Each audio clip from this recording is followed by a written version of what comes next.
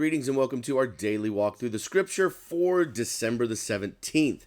Your readings today find you in Habakkuk chapters 1 through 3, Revelation chapter 9, Psalm 137, and Proverbs chapter 30, verse 10. Now, we've got Habakkuk coming in, and Habakkuk is a little bit of a unique book in scripture because it is not one that is necessarily God proclaiming something to the people of Judah or the people of Israel or some kind of combination of both. Rather, instead, what we see is a heartfelt dialogue between Habakkuk and God. And God is answering two questions from Habakkuk. And so we see these two questions posed throughout this letter, and then God gives his righteous response. Now, there's a couple of small questions before we dive, and we're going to jump over to Revelation because, if we keep introducing prophets and don't talk about Revelation, you're going to be mad at me.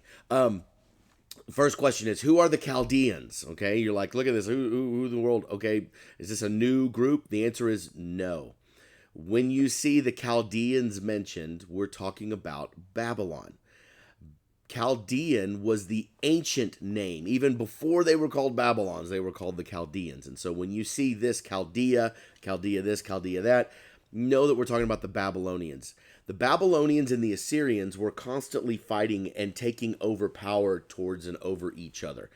What's happening here is that the Assyrians had taken power from Babylon, and now Babylon is coming back and they're beating up the Assyrians. This is happening not too long away from Nahum and the judgment of Nineveh. So when you're reading these things, but ultimately, that is not what's the important aspect of this. What is important is looking at the relationship between Habakkuk and God and seeing how submissive faith is the good response, according to my Professor Bramer at DTS, is the proper response to the injustice of this world. And the reason is very simple. It's because God is sovereign, and his will, his perfect will, it shall be accomplished. Okay, Revelation, we got to hit Revelation for a second. You're like, wait a minute, we're way into trumpet blowing and we're way into star falling and all these different things. And what is all this stuff? Okay, yes, there's a lot of symbolism here. There definitely is. And, I read the Bible from what you would call a historical, literal perspective, meaning that I'm going to read it literally until I can't read it literally anymore. In this case, in Revelation chapter 9, when you see this and it talks about a star fallen from heaven and he was given, obviously the star is a metaphor for someone. It's not for this actual shining, burning sun star that comes down. So who is this star? Well, we refer to him as the morning star, aka Lucifer, aka the devil, as Satan, given the key to the shaft of the bottomless pit. Now, how do we read this? Do we read this as literal? Do we read this as metaphorical? I mean, the star was metaphorical. Is the bottomless pit metaphorical? Is hell a metaphor? No, hell is a very real place. Hell is described as a lake of fire in other texts. Hell is described as these horrible things. But what we're seeing happen with the trumpets is these are trumpets of judgment. These are things that are happening at the end times. Now, you might be saying, well, Jeremy, are we going to be here during the end times? Or are we going to be taken up into heaven in the rapture and those things? And you're going to have people that are going to tell you one way or another. And my response, not to be too glib on it, is it doesn't really matter. We're either going to be here or we're not. If we're not, which I'll be honest, that's kind of my preference. I'd really rather not be here for that. I'm hoping that there's a rapture. I'm pretty sure that anybody that is post-mill would probably prefer to be pre-mill as well. But I would look at this and say that it doesn't matter. The question is, are we going to be faithful to God when and if these things come and we happen to be here?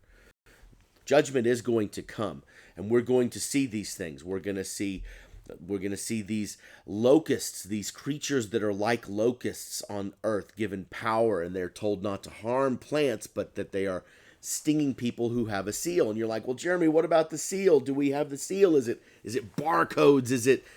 I don't know. I have no idea what the seal is or isn't, and what the mark of the beast is or isn't, and I'm not going to spend time speculating and driving myself crazy. And this is where my warning comes in.